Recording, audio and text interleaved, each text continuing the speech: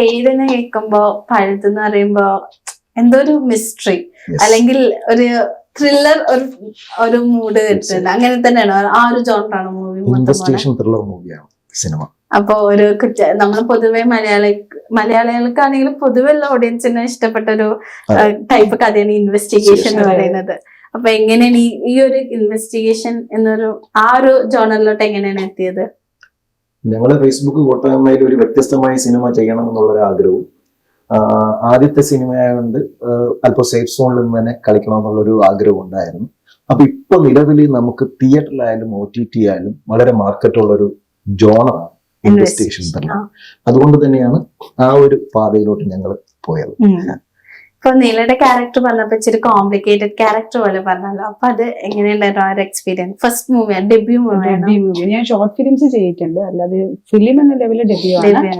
അപ്പോ ഭയങ്കര വലിയൊരു എക്സ്പീരിയൻസ് ആണ്. കാര്യം ഫിലിം എന്ന ലെവലിൽ നമ്മൾ വർക്ക് ചെയ്യുമ്പോൾ ഒരുപാട് കാര്യങ്ങൾ പുതുതായിട്ട് പഠിക്കാൻ കാണും. ലൈക്ക് ഇപ്പോ ഇൻക്ലൂഡിങ് നമ്മുടെ ബോഡി ലാംഗ്വേജ് ആണെങ്കിലും അത് ചേഞ്ച് ചെയ്യുന്നത് എങ്ങനെയാണ്. അതുപോലെ ഇപ്പം സാറിന്റെ ഒക്കെ സപ്പോർട്ട് ഭയങ്കര ഉണ്ടായിരുന്നട്ടെ. നമ്മൾ ചിലപ്പോൾ എനിക്കും ഭയങ്കര ഡൗട്ടാണ്. കാര്യം ഞാൻ സ്ക്രിപ്റ്റ് നോക്കിയിട്ട് സ്ക്രിപ്റ്റ് വച്ചിട്ട് അത് പഠിക്കുന്നതിന് മുന്നേ ഞാൻ ഒരു 10 ഡൗട്ട് സാറിന് ചോദിച്ചു. സാർ ഇത് പറഞ്ഞത് എന്താ സംഭവം, അവരുടെ മാനസികാവസ്ഥ എന്ന് ഇതൊക്കെ ചോദിച്ചു മനസ്സിലാക്കിയിട്ടാണ് ഞാനത് കൊടുക്കുന്നത്. കാരണം ഒരുപാട് ഇമോഷൻസിലൂടെ സക്സീഡ് ചെയ്തിട്ടുണ്ട്. ഒരു പ്രത്യേക ഘട്ടത്തിൽ ഞാൻ പറയാണ്, ഇപ്പോ നിള കൊടുക്കുന്ന റിയാക്ഷൻ പ്രേക്ഷകൻ ഒരു ചോദ്യം ഒരു പോലീസ് ഓഫീസർ ചോദിക്കുന്നുണ്ട്, ആ ചോദ്യത്തിന് ഉത്തരം പ്രേക്ഷകന് കൃത്യമായി കിട്ടരുത്. ഇതാണ് നമ്മുടെ ഉദ്ദേശം. അപ്പോൾ പുള്ളിക്കാരി ഇത് എങ്ങനെ ഞാൻ അത് ചെയ്യുമെന്ന് ചോദിച്ചു. അപ്പോ ഞാൻ പറഞ്ഞു, നമ്മുടെ ലക്ഷ്യം ഇതാണ്, യെസ് എന്നോ നോ എന്നോ കിട്ടരുത്, പക്ഷെ വെൽ എക്സിക്യൂട്ടഡ്. ആ ഒരു ഷോട്ട് ഞാൻ എപ്പോഴും പറയും, സിനിമ തീർന്നത് മുതൽ പറയുന്ന ഒരു സാധനമാണ്. നിലവിൽ എപ്പോഴും ഞാൻ പറയും, എനിക്ക് ടെൻഷനുള്ള കൂട്ടത്തിലല്ല ഞാൻ. പൊതുവെ വലിയ എല്ലാവരും ഭയങ്കര കമ്പനിയായിരുന്നു. വളരെ കൂളാണ്. രജൻ കൃഷ്ണൻ കൂളെന്നാണ് ഞാൻ വിചാരിക്കുന്നത്, ടെൻഷൻ ഇല്ലാത്ത. കാരണം എന്റെ ടെൻഷനെ ഫുള്ളും ഹൈഡ് ചെയ്ത് അത് പ്രോപ്പറായിട്ട് കൊണ്ടുപോകുന്ന ഒരു കക്ഷിയാണ് രജൻ കൃഷ്ണ.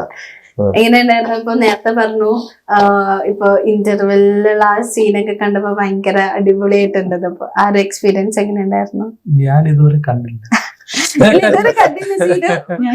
കണ്ടിട്ടില്ല. ഓ, അപ്പൊ എന്താ ഒരു സ്വയം ആരും അഭിനയിച്ച തിയേറ്ററിലായാലും കാണാനുള്ള ഒരു ശക്തി എടുക്കണമെന്നാണ് എനിക്ക് തോന്നുന്നത്. എന്നാലും അപ്പൊ ഒരു ക്യാരക്ടർ ചെയ്യാ, ഡെബ്യൂ മൂവി തന്നെയല്ലേ? അതെ അതെ. അപ്പൊ ആ ഒരു ക്യാരക്ടർ ചെയ്യാന്ന് പറയുമ്പോ കുറെ പ്രിപ്പറേഷൻ ഒക്കെ എടുക്കണല്ലോ. അപ്പൊ അങ്ങനെ നോക്കുമ്പോ ഇതില് പ്രിപ്പറേഷൻ ഒന്നും ചെയ്തിട്ടില്ല. പറഞ്ഞു കഴിഞ്ഞു വെച്ചാൽ, ഇപ്പം നമ്മള് ദൈവം നമുക്ക് അനുഗ്രഹിച്ച് തന്നു ഇങ്ങനൊരു അവസരം. 2000 ഒരു 95 ഒരു പടത്തിൽ അഭിനയിക്കാൻ പോയിട്ടുള്ള, അന്ന് അതിൽ നടന്നിട്ടില്ല. അന്ന് പിള്ളേര് ഫ്രണ്ട്സ് എല്ലാം കളിയാക്കുമ്പോ അതിനകത്തൊരു കാല് കാണുന്ന എന്റെ അന്ന് പറഞ്ഞ് തടി കൂരിയിട്ട് അപ്പൊ സാധാരണ പറയല്ല, അപ്പൊ അതാരുടെ ഒന്നും പറയാൻ പറ്റത്തില്ല. അതുകൊണ്ട് ആ കാലെന്റെ ആയിരുന്നു. അത് സുരേഷ് ഗോപിയുടെ കർമ്മ എന്ന് പറയുന്ന ഫിലിമാണ്, ജോമോൻ സംവിധാനം ചെയ്ത. അപ്പൊ അതിന് പോയി ജൂനിയർ ആർട്ടിസ്റ്റ് ആയിട്ടാണ്. അല്ല, അതില് സുരേഷ് ഗോപിയുടെ കുട്ടിക്കാലം കാണിക്കുന്നതെന്ന് പറഞ്ഞാണ് കൊണ്ടുപോയത്.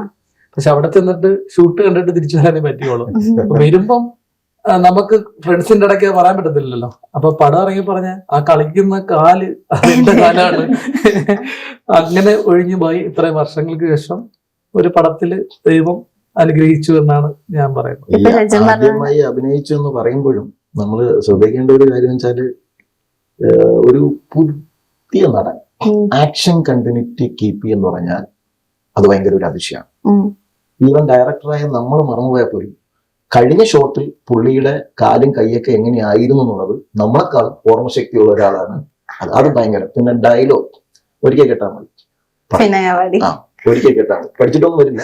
പക്ഷെ ഒരിക്കൽ പറഞ്ഞു കൊടുത്താൽ പ്രോംപ്റ്റ് ചെയ്യണം. പക്ഷെ ഒരിക്കൽ കേട്ട് കഴിഞ്ഞാൽ ഈ പ്രോംപ്റ്റ് നമ്മൾ തുടങ്ങി കൊടുത്താൽ പിന്നെ ബാക്കിയെല്ലാം പുള്ളി തന്നെ പറഞ്ഞു. ലെങ്തി ഡയലോഗ്സ് ഒക്കെ ഉണ്ടായിരുന്നു, അതിലും ക്ലിയർ ആയിട്ട് കവർ ചെയ്യും.